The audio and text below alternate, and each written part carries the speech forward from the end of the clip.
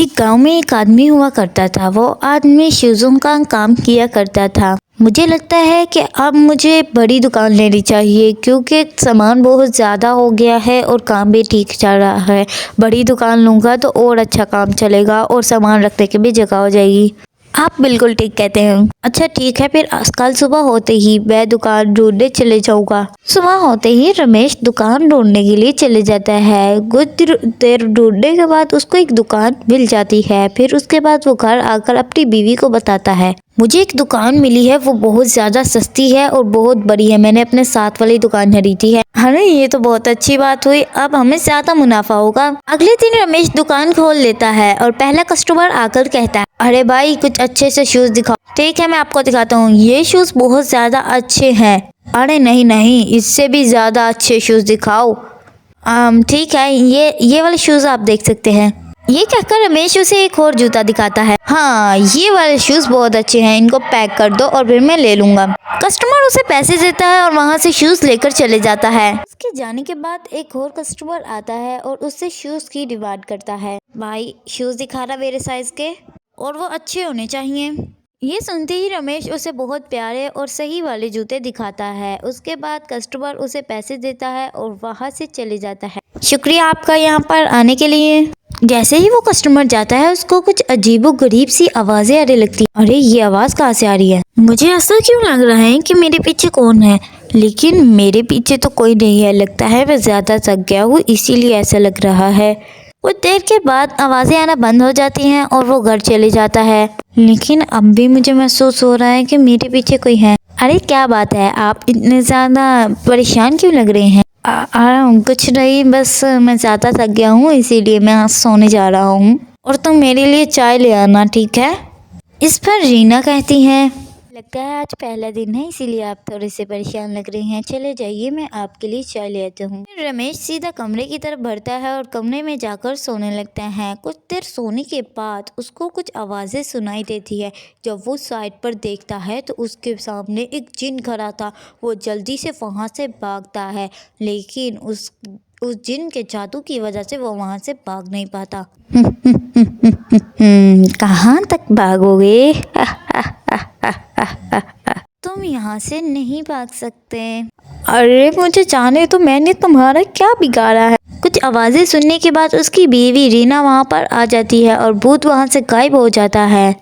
और रमेश दीवार के साथ गिरा पड़ा था। उसकी बीवी उससे पूछती है, अरे बचाओ बचाओ रीना, मुझे बचा लो। रीना रीना मुझे बचा लो प्लीज़। अरे रीना, जिस दिन से मैंने वो दुकान खरीदी है उस दिन से ये जिन मेरा पीछा कर रहा है, जल्दी आओ।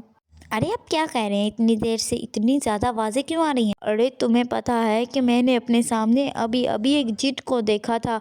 वो पता नहीं मेरे से क्या चाहता है, मुझे क्यों मारना चाहता है वो। अरे नहीं नहीं, कुछ नहीं होता।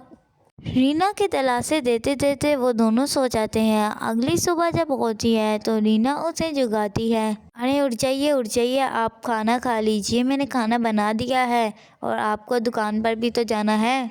उसकी यूँ आवाज़ लगाने पर उसका शौहर उठ जाता है। आप ही जाइए, कितनी देर लगाएंगे खाना?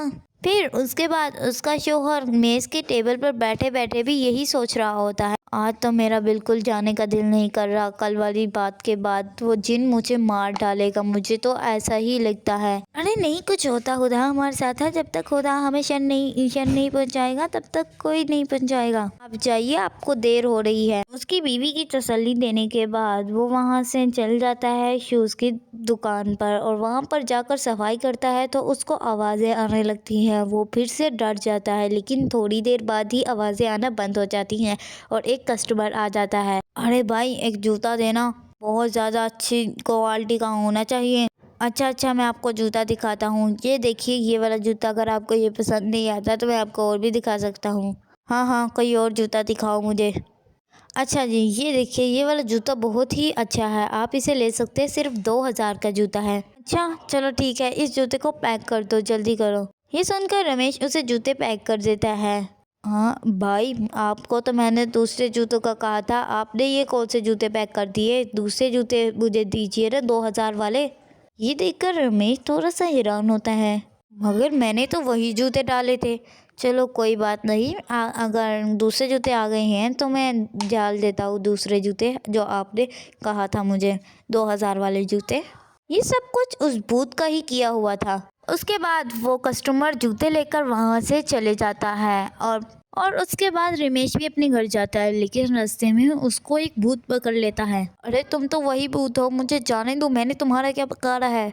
अरे बचाओ बचाओ, कोई है यहाँ पर, मुझे बचाओ। तो ऐसे आवाज़ लगाने के बाद भूत भी उसके पीछे पीछे चल रहा था और वो आगे आगे। आवाज़ लगाने के बाद वहाँ पर मौजूद थोड़ी दूर के फासले पर एक आदमी वहाँ से आकर पूछता है, अरे तुम इतनी तेजी से क्यों बना रहे हो, यहाँ पर तो कोई भूत नहीं है, मैं तो तुम्हारी मदद करने के लिए आया था। अरे नहीं नहीं, अगर आपको मेरी बात पे यकीन नहीं है तो आप मुझे बस घर छोड़ दीजिए। घर पहुंचने के बाद वो बहुत ज़्यादा डरा होता है और उसकी बीवी उससे पूछती है, अरे क्या हुआ, आप फिर से परेशान लग रहे हैं, कहीं उस भूत ने दोबारा आपका पीछा तो नहीं किया। हाँ, तुम्हारा शक बिल्कुल ठीक है, आज तो वो मुझे मार ही देने वाला था अगर वो ना आता। उसके बाद उसकी बीवी सबसे पहले दरवाजे बंद करती है और फिर उससे बात करने लगती है।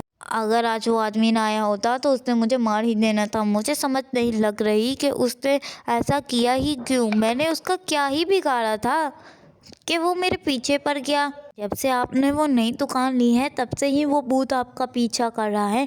कहीं उस भूत का और दुकान का कोई कनेक्शन तो नहीं। मुझे नहीं पता कोई कनेक्शन हो कि ना हो, मैंने तो सिर्फ दुकान ली। अच्छा आप टेंशन मत लीजिए, मैं एक बाबा से बात करूंगी और उसके बाद वो बाबा उसको ख़त्म कर देगा। अगली सुबह होते ही उसकी बीवी एक बाबा को बुलाती है और फिर वो बाबा उस भूत को ख़त्म कर देता है।